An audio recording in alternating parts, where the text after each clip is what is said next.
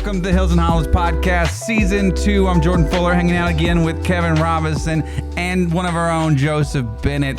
And today we're going to talk about a lot of things Pendleton and the campus launch. But we just recently celebrated a Baptism Sunday. If you weren't a part of Foothills, it's something we do big. We celebrate baptism. We have a big party. But there were a couple of those stories out of that were super awesome. I think they were our favorite stories of the week because we've gotten to see two people from Pendleton, which is where we're launching another campus, take their next steps in faith through baptism and publicly declare that they're following Jesus. And I thought that was super awesome. And I kind of want to lead with that today. Is can you give us some of the background on that and tell me how we got to this point?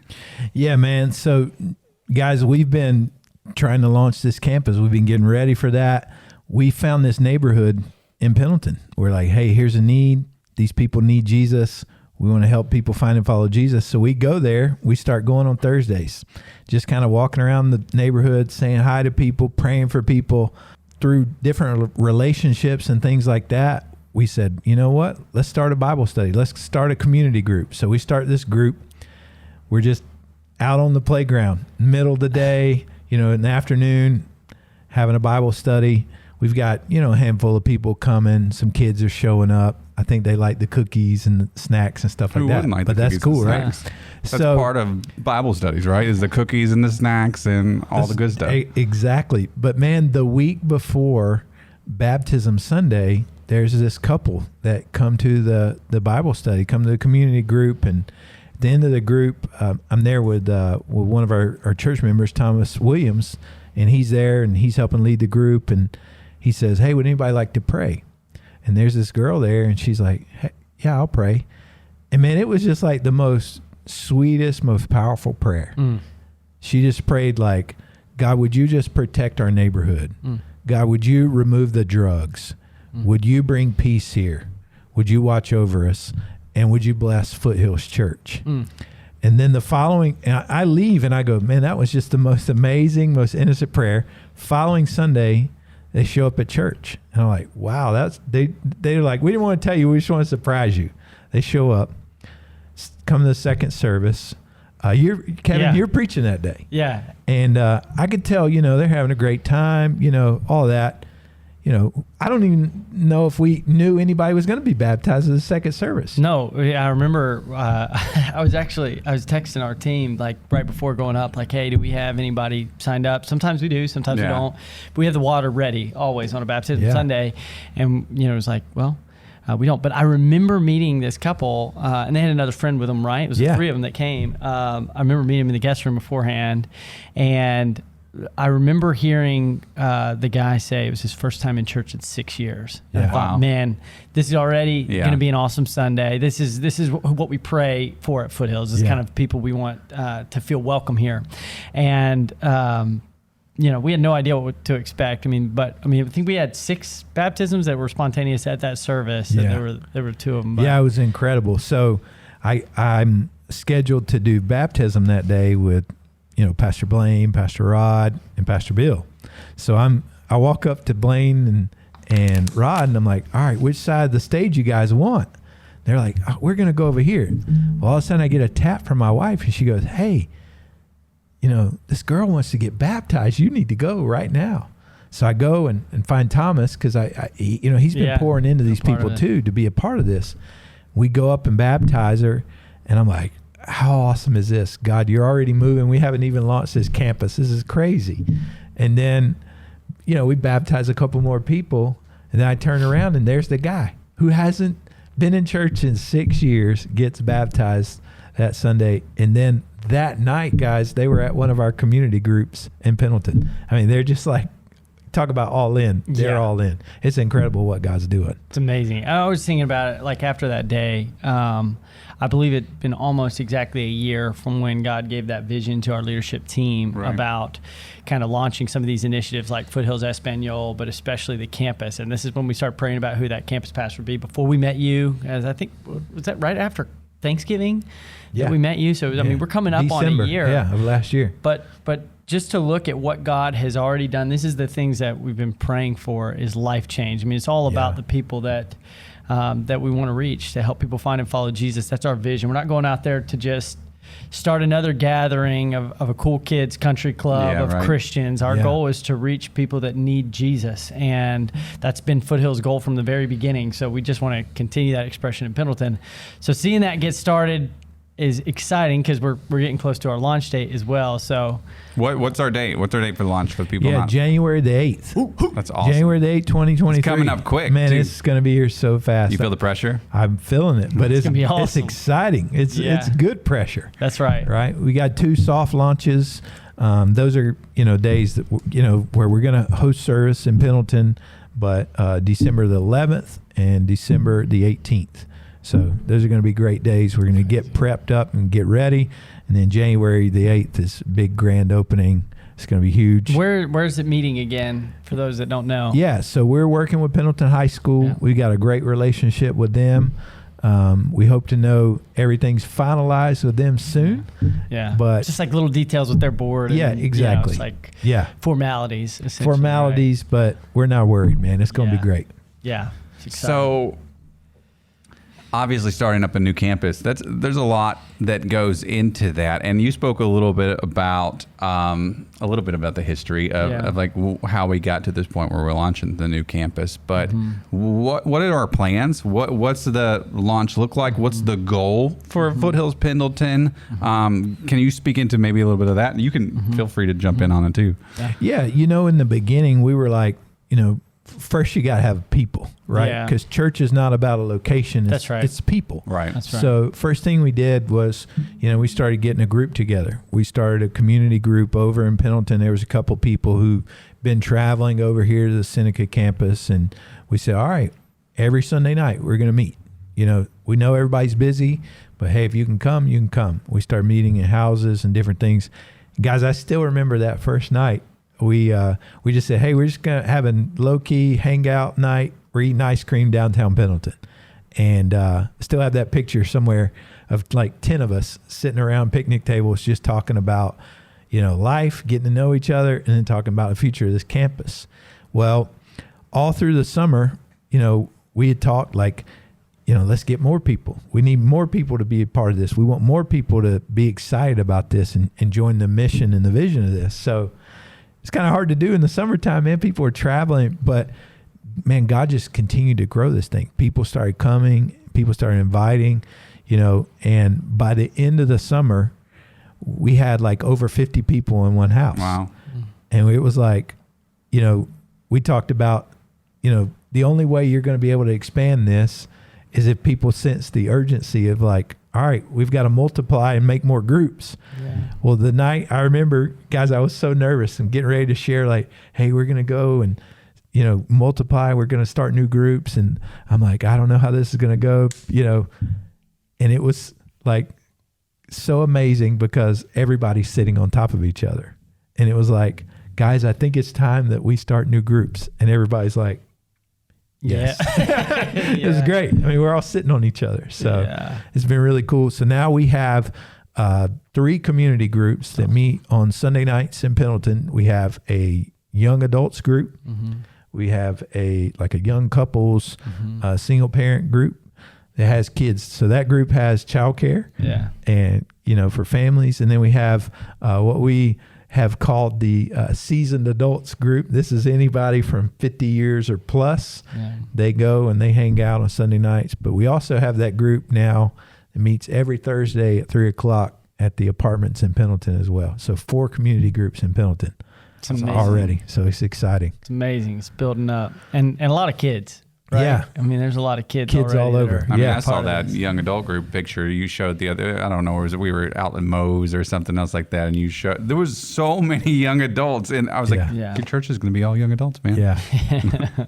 Yeah, it's going to be awesome, man. So I remember at one point, I think it was you that shared this statistic with us as you were doing some research about multi-site, but just that the multi-site church in America is the fastest growing church. Yeah, right? out of all Protestant denominations or Christian churches, that the multi-site church, more so than even church plants, is the fastest growing. Yeah. Because, a healthy church, like ours, like Foothills, is able to take its resources, its vision, everything and pour that into another location. Yeah. And it's amazing to see what God can do when it's done at a very good level, at a healthy level. Totally. Yeah, and I think we shared this some, but I'm always passionate about sharing just the impact that has been made through multi-site in Foothills Past. There was a time we had a campus in Toccoa, and had it not been for people that invested into that campus from here in Seneca saying, hey, we don't care just about the gospel staying right here. We want to help people find and follow Jesus outside of the city as well. It's how I got introduced. That's how my wife, refound Jesus and rededicated her life to Jesus, got baptized at Foothills.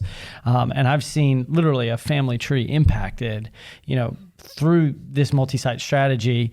But I also got to see this expression at the church I was at in Tennessee as well, and I have seen it, be a really successful model. But for us at Foothills, we're at this stage where we had recently paid off debt. We've got resources, and we're saying, God, how do we help more people find and follow Jesus? Well, hey, we looked at Pendleton. It's a growing community. A lot of young people move in there. A lot of people staying in town after graduating from Clemson. I mean, the upstate is a golden corner, right, of South Carolina, and there's not a church like Foothills there, right? There's not. Yeah, and the cool thing is, like you're saying, it is a growing area. You've got Clemson on one side, you got Anderson on the other side, and Pendleton's kind of stuck right in the middle, and it's almost like Anderson and Clemson are moving right towards Pendleton, and there's houses going up everywhere. Tell them the tractor story. There was. Guys, we play this game with my kids on the way to school. Like every morning when I drive them to school, we count mailboxes or we count American flags on houses. One morning we counted 16 excavators, and it was crazy. It's like you think, 16 excavators. It was within like a 7-mile stretch.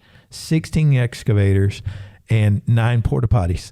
But just to let you know, but 16 excavators, and I got thinking about that. They were all like moving dirt, like cultivating this ground for something to grow. And I started thinking, wow, there's going to be a business here that people are going to go and occupy and buy things, or there's going to be a home here where families are going to live and people are going to live. And all of that represents people that need to find and follow Jesus. And we have an amazing opportunity to go and reach those people in that community. Yeah. So I'm so excited about this. And the cool thing for me, guys, is I'm from here. Like I've moved away, my family and I, we lived in Honduras for almost 5 years, and God called us here to Foothills to do this. I've got family that lives in Anderson that aren't part of a church, that aren't believers. So I'm super excited about this and super passionate about this. We're going to reach this community. Yeah. It's not if. Right. We're going to. Right. Totally. What do people expect on January 8th? That's what I was about to ask. The launch. Yeah. I think they should expect that when they walk in the doors that, hey, it doesn't matter where you've been, what you've done, who you've done it with. This is a church for you. We're going to love on you. We're going to care for you. We care about the least, the last, and the lost. We've got a place for you. Yeah. I think a lot of churches say that, right? And I'll speak to to Foothills Church. Is so many churches say everybody's accepted. You can come in, no matter who you are. We're here for you. But a lot of churches don't actually mean it, right? Yeah. But I think we're all on staff here. We can all speak to the truth that at Foothills, that's the absolute truth. It doesn't matter who you are, what part of life you're coming from. There's a place for you at Foothills, and when you walk in the door here, you're going to feel accepted, and you're going to feel like you're part of the family, and we're going to help you find and follow Jesus in your life, right? Absolutely. And I think they're going to see that in Pendleton too. With that same launch, it's that same culture. It's a lot of our core group going over there to help launch it, and it's going to be an awesome thing. But another thing I wanted to jump into too is you said earlier, Kevin, that there's not another church like Foothills in Pendleton right now. Yeah. So for someone listening who isn't from Foothills, doesn't know what that looks like, do either of you want to speak to, like, what does Foothills look like on a Sunday morning? I would say for me, number one thing that has really helped me and inspired me, and I think people connect with, is they're going to find practical teaching, right? Like people can say, well, I know how much the dimensions are of the ark and all these things, but that's not going to help their marriage, right? That's not going to help them be a better parent or a better husband or a better wife. Sure. right? Or a better Christian, Sure. right? And one thing I love about that we do is we have practical teaching. Yeah. You know, when you hear a message from any of our teachers, you're going to leave going, wow, yeah, I can do that. Right. That's obtainable. You know, I've got something to go and work on. Yeah, yeah, totally. And the worship too, we got an engaging worship team that I think invites an engaging culture. Absolutely. Of that. The kids ministry. That's what I was going to say. Yeah. Talk about Big pop. a lot of Pendleton, I feel like there's a lot of new subdivisions coming in, so there's going to be a lot of families. So Yeah. what do you offer for families? Yeah. Well, the cool thing is we just brought on our kids director, Kaylin Grant. She's amazing. Rock star. You know, she grew up here at Foothills. She worked with Liz Orham, our children's director here at the Seneca campus for like 5 years. Yeah. So she knows, you know, Kids Zone. She knows how we do Planet Kids, which is elementary. She knows how we do Discovery Kids, which is preschool. And she loves kids. Yeah. So she's already doing an amazing job with that. But when they come, they're going to find a safe environment. They're going to find a fun environment that is going to teach them about Jesus in a way that is exciting and engaging to them. I can't wait. Oh, it's going to be awesome. Yeah. Now, like all of that, right, doesn't happen on accident. No. You know, a church where everyone is welcome, like we talked about, and they feel valued, and they get to hear practical teaching, they hear worship, they have an incredible kids ministry, a hospitable culture. This isn't going to accidentally happen. It doesn't accidentally happen here in Seneca. That's right. You know, there's a lot of intentionality that goes into that. So what are the intentional needs that you guys have in Pendleton right now? Intentional needs as far as like what? What is it going to take to pull off Foothills Pendleton? Yeah. Hey, it takes people, man. Let's be honest. It takes people. Yeah. And people are, to me, the greatest resource. Yeah. You know, we need people to be all in as far as, you know, obviously there's some, you know, financial things Sure. that involves, Sure. but more so that means people. Yeah. You know, if anybody's listening or watching, you know, hey, we want you guys to jump in with us. There's plenty of opportunities to serve, you know, through guest experience or through worship or through, you know, kids ministry. Yeah. One of the biggest needs that we have is our set up and tear down. Yeah. Because we're meeting in a school. Yeah, we're meeting in a school. And, you know, I said this in our interest meeting. What does a school look like? It looks like a school. Yeah. Well, we want it to look like a church that's inviting. So we're going to be creating this environment that is inviting for people to come in. Yeah. You know, that looks like a church. So we want people to be a part of that team as well. That's a huge need right there. Totally. Awesome. You guys have anything else you want to?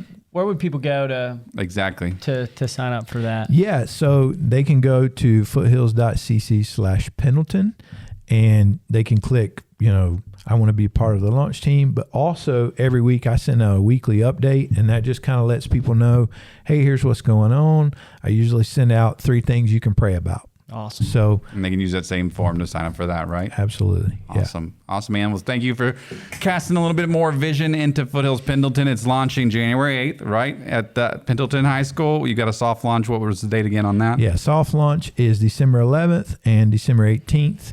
Big launch, grand opening, January the 8th, Crazy. 2023. Awesome. It's going to be good. And again, foothills.cc/Pendleton. You can find out all the information you need about that.